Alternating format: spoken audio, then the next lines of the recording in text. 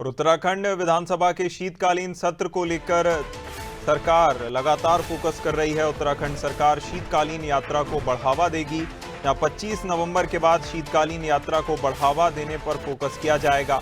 शीतकालीन यात्रा को बढ़ाने पर सरकार कार्य योजना बना रही है। सोनू सिंह हमारे साथ लगातार बने हुए हैं। सोनू, देखिए, शीतकालीन सत्र यानी कि पर्यटन एक रीढ़ माना जाता है उत्तराखंड की। ऐसे में शीतकालीन यात्रा कितनी अहम उत्तराखंड के लिए? देखिए, उत्तराखंड की जो मुख्य चारधाम यात्रा है, ये उत्तराखंड की लाइफलाइन कहलाती है।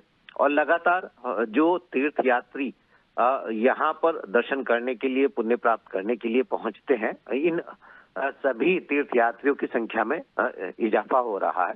अगर आप एक दशक पहले की चारों धामों की, यमुनोत्री धाम, गंगोत्री धाम, केदारनाथ धाम और बद्रीनाथ धाम में तीर्थ यात्रियों की संख्या पर गौर करेंगे और आज के आप इस यात्रा सीजन की, अब चूंकि ये अंतिम चरण में यात्रा सीजन है, शीतकाल के लिए जो है चारों धामों के कपाट बंद किए जा रहे हैं, जिसमें से यमुनोत्री धाम के, गंगोत्री धाम के और केदारनाथ धाम के कपाट विधि विधान से 7 संवत जो है वो शीतकाल के लिए बंद कर दिए गए। बद्रीनाथ धाम के 25 नवंबर को 2:56 पर शीतकाल के लिए कपाट विधि विधान से बंद कर दिए जाएंगे, वैदिक मंत्रोच्चारण के साथ। तो ऐसे में 25 नवंबर के बाद उत्तराखंड की धार्मिक सरकार शीतकालीन यात्रा को बढ़ाने पर फोकस करना शुरू करेगी। और ये उत्तराखंड की वही चारधाम यात्रा है अभिनय, जिसको एक साल पहले जहां गंगोत्री का मायके गौमुख मुखवा जो है, मुखवा में प्रधानमंत्री शीतकालीन यात्रा की ब्रांडिंग करने के लिए स्वयं पहुंचे थे और उन्होंने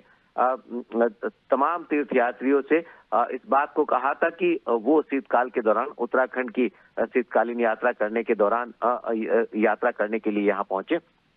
ऐसे में तब से यात्रियों की संख्या जो है शीतकालीन यात्रा में भी बढ़ने लगी है। अब जैसे ही बद्रीनाथ धाम के कपाट बंद हो जाएंगे तो उत्तराखंड की मौजूदा इस यात्रा सीजन का समापन हो जाएगा और अगले साल यात्रा का आयोजन सफल हो और खास तौर पर जो यात्रा है वो सफल होगी, इसकी तैयारियां अभी से ही कर दी जाएंगी। ऐसे में शीतकालीन यात्रा को बढ़ावा देने के लिए सरकार फोकस करेगी। इसका एक प्रारूप तैयार किया जा रहा है और जो चारों धामों के, यमुनोत्री धाम, गंगोत्री धाम, केदारनाथ धाम और बद्रीनाथ धाम के जो शीतकालीन गद्दी प्रवास स्थल है, यहाँ पर तमाम श्रद्धालु शीतकाल के दौरान पूजा अर्चना में शामिल हो सकेंगे, पुण्य प्राप्त कर सकेंगे।